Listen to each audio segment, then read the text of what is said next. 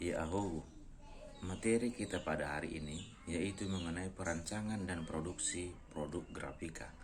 Pada pertemuan sebelumnya, kita sudah membahas beberapa jenis produk-produk grafika. Nah, adapun pada materi kita pada hari ini, kita akan mengetahui bagaimana cara merancang dan memproduksi produk grafika. Namun sebelum itu, sebelum kita membuat yang namanya produk grafika, tentu kita harus yang pertama adalah mengidentifikasi masalah. Maksudnya bagaimana? Nah, dengan mengidentifikasi masalah, kita dapat mengetahui kira-kira produk apa yang akan kita buat, khususnya di produk grafika, agar produk yang akan kita buat nanti tidak gagal. Contoh di sini disebutkan dalam buku pada halaman 51, ada beberapa masalah-masalah yang timbul yang bisa akan kita buat menjadi sebuah acuan kita dalam membuat sebuah produk grafika. Nah, yang pertama adalah produk pangan khas daerah tentunya membutuhkan yang namanya kemasan. Nah, di sini terdapat sebuah peluang usaha di mana kita akan membuat sebuah produk grafika khusus di bidang kemasan. Yang kedua adalah pada kegiatan olahraga, khususnya seperti sepak bola, biasanya membutuhkan nomor punggung dan nama. Nah, ini menjadikan sebuah peluang usaha khususnya di bidang produk grafika, yaitu cetak, saring. Kemudian yang ketiga adalah kata-kata seperti pembuatan puisi, kata-kata bijak, kata-kata motivasi, ataupun poster yang bisa kita jadikan sebagai peluang usaha.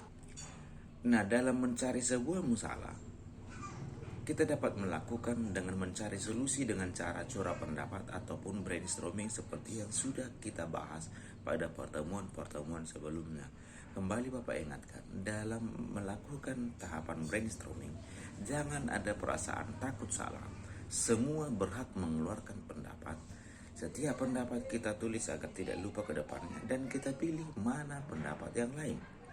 Pendapat yang menurut kita menjadi pendapat yang terbaik. Nah, pendapat yang terbaik ini nanti yang akan kita jadikan sebagai sebuah produk dengan mempertimbangkan beberapa aspek sebelum dalam pembuatan produk.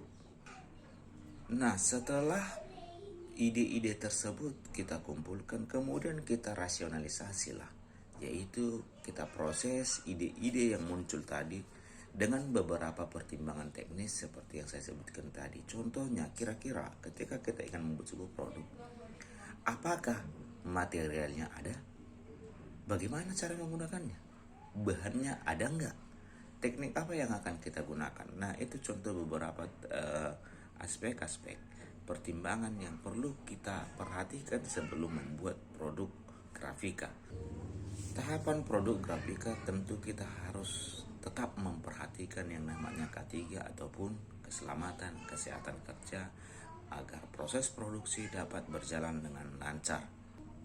Setelah produk grafika kita buat, tentu kita membutuhkan yang namanya kemasan, di mana tujuan daripada kemasan seperti yang sudah kita bahas pada pertemuan sebelumnya, yaitu untuk melindungi produk agar tidak terjadi kerusakan pada produk tersebut. Selain daripada itu, untuk memperindah produk yang kita jual. Nah, ada beberapa kemasan berdasarkan jenisnya. Yang pertama primer, sekunder, dan tersier seperti yang sudah kita bahas pada pertemuan sebelumnya. Nah, setelah itu berarti produk yang akan kita buat dapat dijual dengan memperhatikan pertimbangan biaya produk grafika.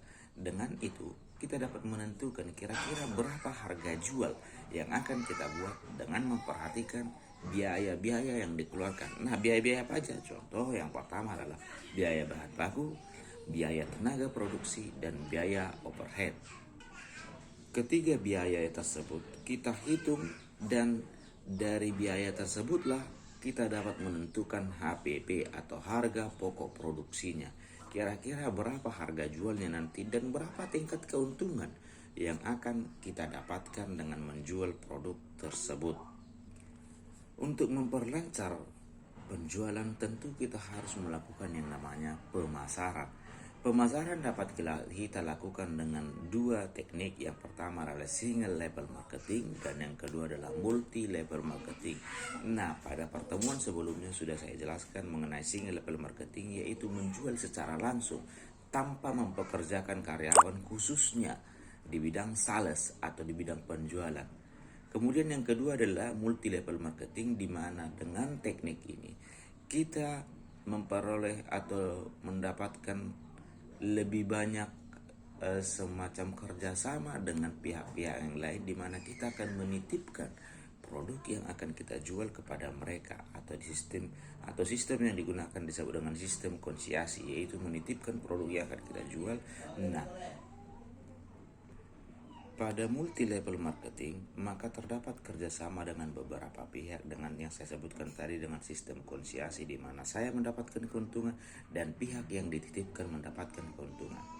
Nah, mungkin sampai di sini aja penjelasan materi yang bisa saya buat, mulai dari halaman berapa tadi ya, sebentar, 51 sampai halaman 64. Sekian penjelasan dari Bapak. Terima kasih. Yahoo.